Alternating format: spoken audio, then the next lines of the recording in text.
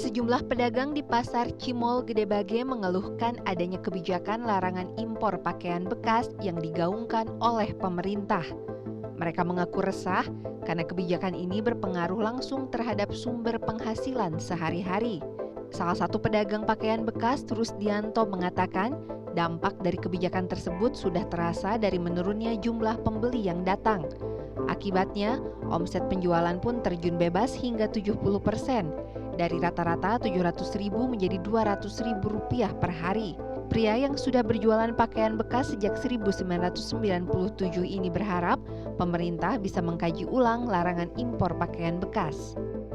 Ya itu dia, jadi kalau seandainya impor ditutup, pasti mereka akan gulung tikar. Jadi pemerintah harus mengkaji ulang hal itu supaya masyarakat tidak mati.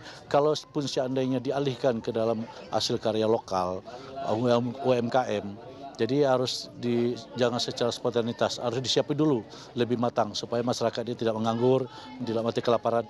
Kalau seandainya pemerintah sanggup membiayai kita pedagang ini nggak apa-apa, kami bisa tutup, besok bisa kita tutup. Tetapi pemerintah harus bijak, harus bisa membiayai semua kebutuhan masyarakatnya, termasuk segala macam. Kalau bisa dikasih sama pemerintah, besok bisa kami tutup. Berapa? Hal senada diungkapkan Jimmy Satria yang sudah berjualan pakaian bekas sejak 2012. Ia menyebut adanya larangan ini semakin memperparah penjualan yang telah menurun drastis sejak pandemi.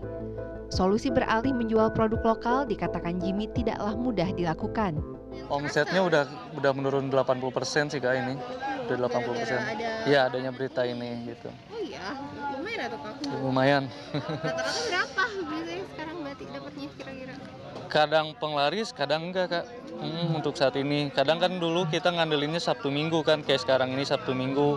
Kalau sekarang kan bisa dilihat sendiri sekarang udah sepi kan gitu. Tapi kalau emang benar ditetapkan udah nggak bisa lagi ya kayaknya cari opsi lain sih Kak.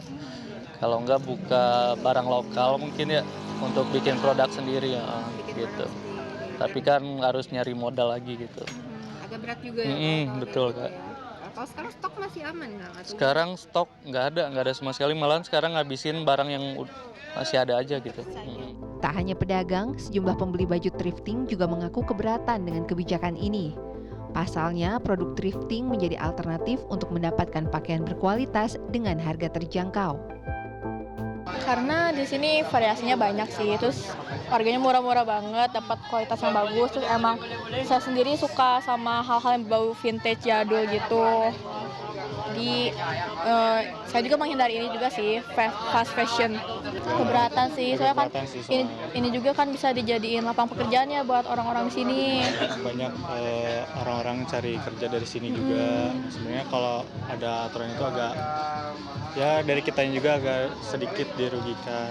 Soalnya kan kalau thrifting tuh bisa ngelihat langsung kayak tadi, jadi kayak looknya tuh kayak gini. Kalau online kan kita gak tahu ya bahannya kayak gimana gitu. Harganya lebih murah. Iya, walaupun harganya sama-sama murah gitu. Sebenarnya gimana tergantung, tergantung kitanya sih, tergantung orang-orang juga. Kalau dari kita kayaknya sedikit merugikan, karena dengan kita yang suka thrifting itu kayak ya. Dan dana pelajar juga ya, kan. sumpah thrifting itu dana pelajar banget. Kayaknya sedikit merugikan. Pasar Cimol Gedebage sendiri merupakan salah satu pusat thrifting terbesar di Kota Bandung. Setidaknya lebih dari 1.000 pedagang pakaian bekas berjualan di lokasi ini. Laisa Nisa, Rizky Rahadian, Bandung, Jawa Barat.